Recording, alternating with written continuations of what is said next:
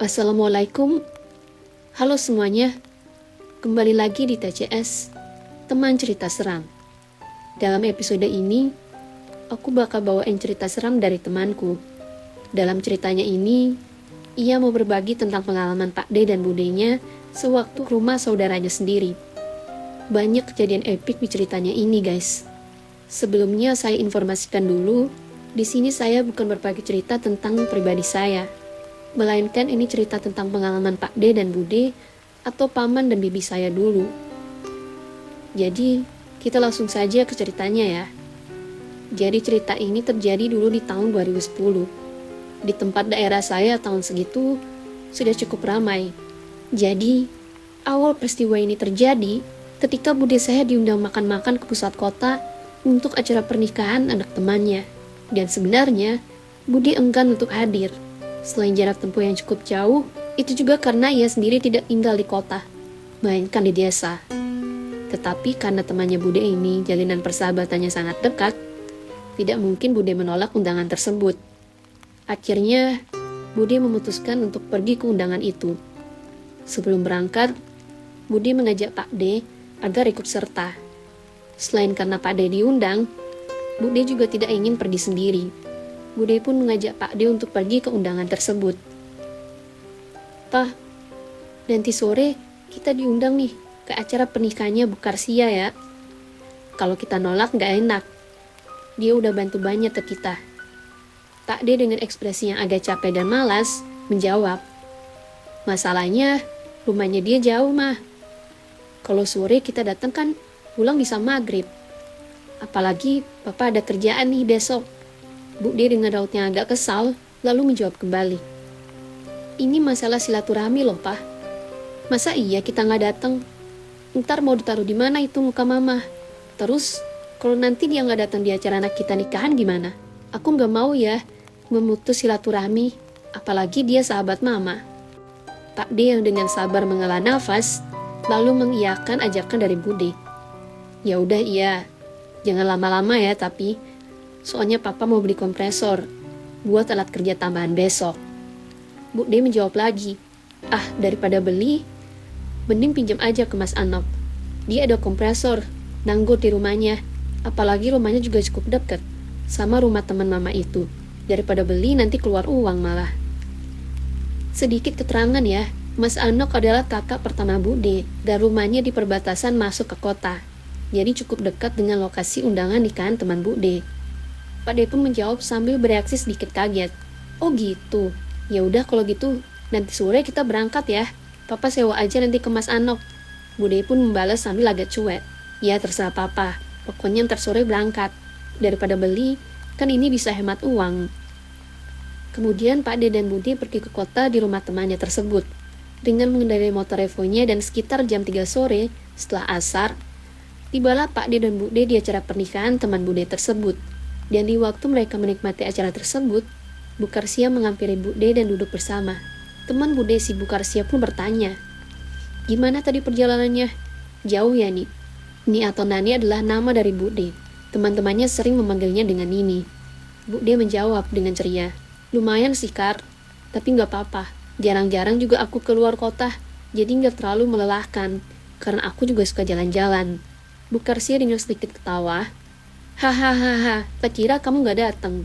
Soalnya jauh tuh juga. Tapi makasih banget deh, udah sempetin datang. Seneng banget sahabat lama ini bisa berkunjung." Bude dengan ketawa menjawab lagi, Aduh, bisa aja rayuanmu Kar."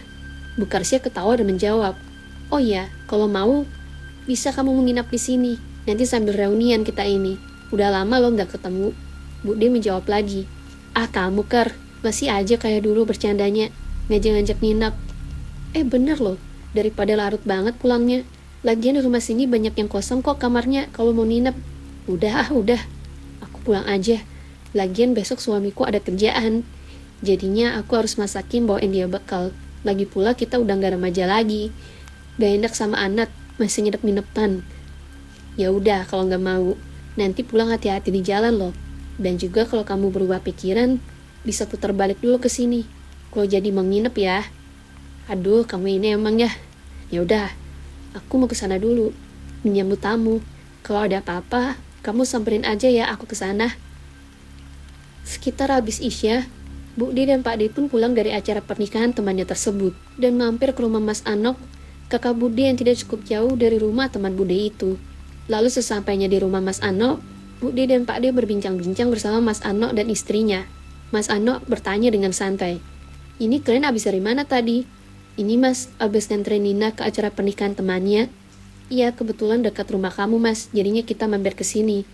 Sekalian mau kasih oleh-oleh dari acara pernikahan temanku." "Waduh, pakai dibawain segala. Kalian sampai malam banget gini, emang acaranya rame ya?" "Lama karena si Nina ngerumpi gak berhenti-berhenti mbak, makanya aku nungguinnya agak jengkel." Bu D dengan agak kesal, "Namanya juga reuni pak. Kita juga belum tentu bisa ketemu bareng. Udah pada berkeluarga semua soalnya." Mas Ano dan Bu Tina pun tertawa. "Ya udah larut malam gini pulang besok aja, tidur di sini ya." "Udah mbak, gak apa-apa. Kita habis ini mau langsung pulang aja." Mas Anok menyaut, "Jangan gitu nih. Kasihan tuh suamimu, udah capek itu. Nginep aja." Pak D spontan menjawab, "Gak apa-apa mas, kita pulang aja habis ini. Besok pagi aku ada urusan kerjaan soalnya." Bu D menjawab, "Oh iya mas. Kompresormu dipakai nggak? Suamiku mau pinjam nih, untuk alat kerjanya besok." Mas Anok menyaut, "Enggak, nggak dipakai nih, ada di gudang." "Ya udah pinjam aja." Pak D spontan menjawab, "Enggak mas, aku nggak minjem. Aku mau nyewa." "Ngawur aja dipinjem." Mas Anok menyaut, "Ya udah pakai aja sih, aku ambilin dulu ya." Sambil menunggu Mas Anok mengambil kompresor, Bu Tina mengobrol sama mereka. Bu Tina dengan sedikit serius bertanya, "Kalian beneran gak mau nginep aja? Lumayan jauh loh dari desa, kalau pulangnya jam segini itu." Bu D menyaut dengan santai, "Gak apa-apa mbak. Emang jam berapa sekarang?" "Sekarang jam 8:30 malam. Bisa tengah malam nanti kalian nyampe kalau pulang." Bu D menyaut dengan santai, "Oh jam segitu di jalan masih rame kok di kota. Gak masalah mbak." Mas Anam datang sambil membawa kompresor dan bertanya, "Yakin kalian pulang jam segini? Meskipun rame, tapi udah mau tengah malam nih." Pak D pun menyaut dengan santai, "Gak apa-apa mas, ini juga kami mau balik pulang habis ini." "Ya udah nih kompresornya. Oh iya, kalau kalian berubah pikiran, bisa balik lagi nih nginep, pulangnya besok aja." Pak D pun menyaut dengan santai, "Iya mas, makasih." "Kalau gitu, mas, mbak, kami pamit pulang dulu ya," kata Pak D dan Bu D. "Kalian hati-hati pulangnya kalau gitu." Akhirnya, Pak D dan Bu D pun pulang dari kota ke desa tempat rumahnya. Di jalan, mereka agak bingung dan saling heran bertanya-tanya, "Pak, kenapa tadi banyak yang nawarin kita nginep ya?" "Lah, emang siapa lagi yang nawarin nginep selain Mas Anok tadi?" "Itu si Karsia, teman Mama juga nawarin nginep." Mama jadi heran deh. "Papa juga sama sih, Ma. Tiba-tiba aja ditawarin nginep, padahal kan masih jam segini. Belum juga tengah malam." Masih dalam perjalanan di kota tersebut, mereka sampai di jalanan yang agak sepi, yang banyak pohon asam dan kebun tebu, serta ada ruko yang jarang sudah tutup. Dalam kondisi tersebut, mereka diselimuti rasa yang tidak nyaman, karena kendaraan yang jarang muncul, lalu tidak pernah ada kendaraan lagi yang lewat. Bu D bertanya ke Pak D dengan rasa yang agak bingung, "Pak, kok jalanan sepi ya? Gak biasanya sesepi ini." Pak D dengan santai pun menjawab, "Karena telah malam, jadinya udah sepi kendaraan lalu lalang." Bu D sedikit serius, "Tapi Pak, kalau sepi pun masih ada kendaraan besar lah yang lewat. Ini loh sama sekali kosong, bikin aku merinding aja." Pak D menjawab dengan tenang, "Udah, jangan mikir aneh-aneh. Yang penting kamu banyak baca doa aja kalau merasa gelisah." Setelah beberapa saat dari obrolan tersebut, Pak D yang mengendarai motornya pun dengan santai tiba-tiba dari arah jembatan terlihat sosok ibu-ibu parubaya yang memakai daster berjalan di trotoar yang terlihat samar-samar. Pak D yang melihatnya pun awalnya tidak sadar jika itu adalah orang. Tapi karena semakin dekat, akhirnya dia tahu jelas bahwa itu adalah seseorang yang sedang berjalan menuju jembatan. Sekitar jarak 100 meter, Pak D merasa penasaran dengan orang tersebut. Pak D pun memelankan motornya, dan akhirnya dia mengetahui bentuk wujud orang tersebut yang ternyata adalah sesosok wanita parubaya yang berdasar namun tanpa kepala, alias wanita kepala buntu. Di situ Pak D shock namun masih tetap memelankan kendaraannya. Karena masih kurang yakin nih, apakah benar itu sesuai pandangannya atau tidak.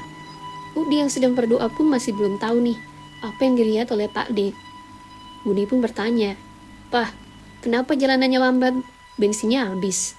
Pak D dengan nada pelan pun menjawab lagi, "Mah, diam mah, aku lagi lihat ada seseorang di trotoar itu."